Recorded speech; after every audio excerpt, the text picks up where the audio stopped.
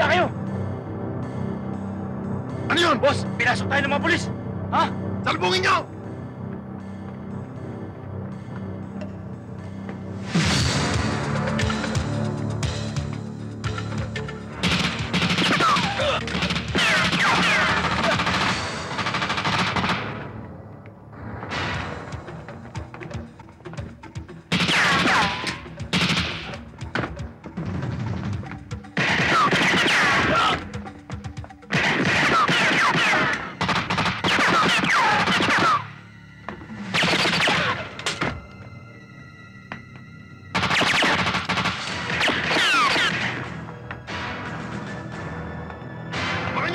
Baka nyo!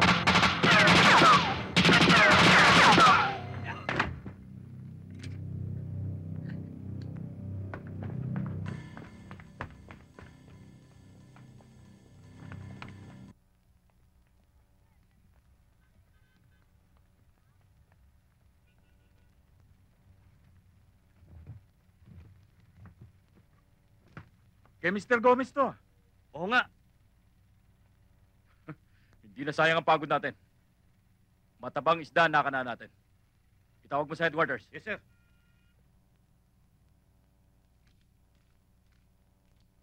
Oh.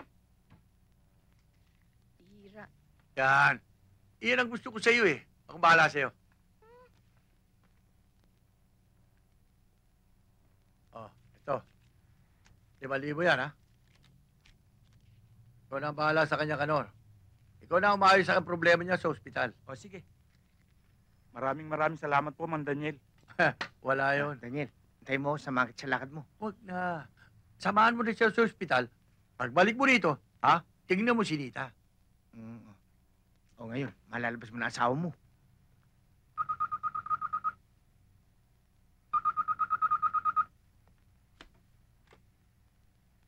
Hello? Daniel, si Dax to. May malaking problema ang grupo. Kailangan makipagkita ka sa amin. Anong problema? Hindi ako nasasabihin sa'yo. Basta't sumipot ka. Saan? Sa tambakan ng Sirambus. Oh. O sige. Darating na ako. Bakit, Daniel? Sino tumawag? Yung bang supplier natin, gustong baguhin yung place yung pinag-usapan namin, gustong mingin ng dagdag. Magkita raw kami. Ano? Pupunta na ako? Ha? Bahala ka. Tutuloy na ako. Babalik din ako. Ang teritoryo ni Julio ay kay Julio lang. Walang sino mang aapak sa inaapakan ko, ha? Yan ang isulat mo sa utak mo.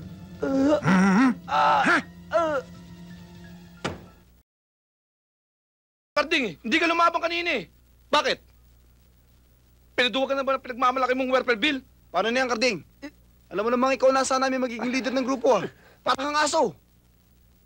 Tumikil pambuntot mo. Paano kung magkasalubong kami nila Hulyo ngayon sa daan? Hindi lang pitik-pitik sa ilong aabutin ko. Baka batok-batukan na lang kami nung mga yun. Hawak mo ngayon ang sarili mong disposisyon, Karding. Hindi kita maintindihan. Dati hindi mo pinalalampas yung mga ganyang bagay. Ba't hindi ka lumaban? Hello? Mr. Lee, nandito kami ngayon sa harapan ng bangko mo. Pasasabugin namin to. Ito, makinig ka!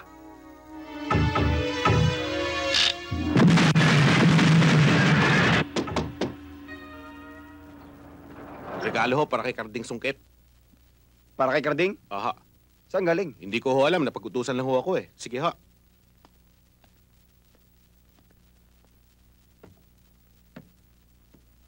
Ano yan, Pandong? Regalo raw para kay Karding.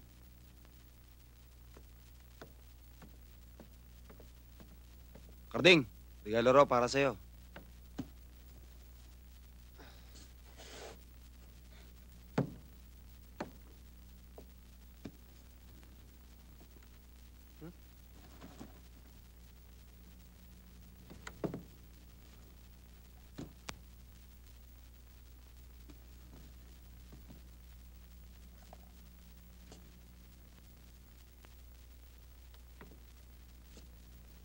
Ay kailangan ko ng isang taong may malaking karanasan sa paghuli ng mga kriminal na katulad nito.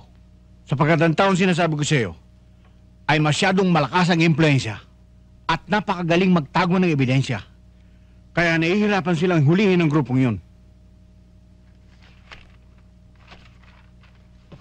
Hayaan niyo, sir.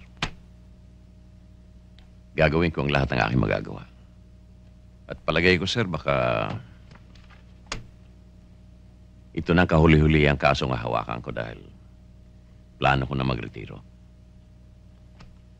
Matagal na rin ako sa pulis. Malaki-laki na rin nagagastos kong tina sa buhok. Gaston, ano man ang maging desisyon mo sa buhay mo, igagalang ko. Thank you, sir.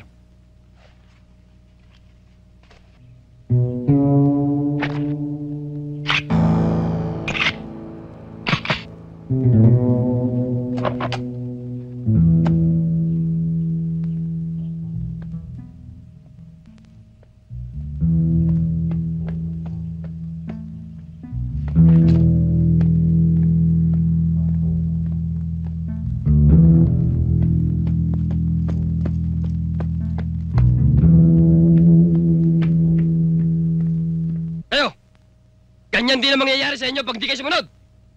Naintindihan nyo? Opo. Opo. Okay, tama na yan. May lalakarin pa tayo. Ako nga pala. Okay, makinita. Tagay!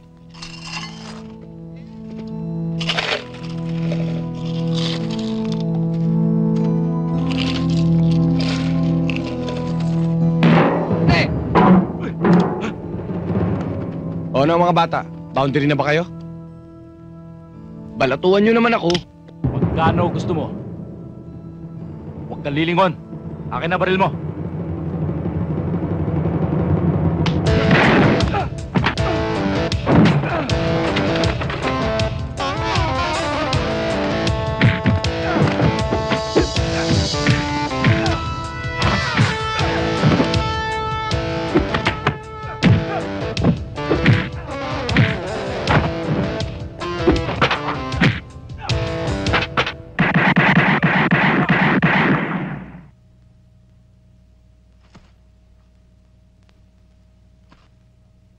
Yan ang hirap sa nagmamadali.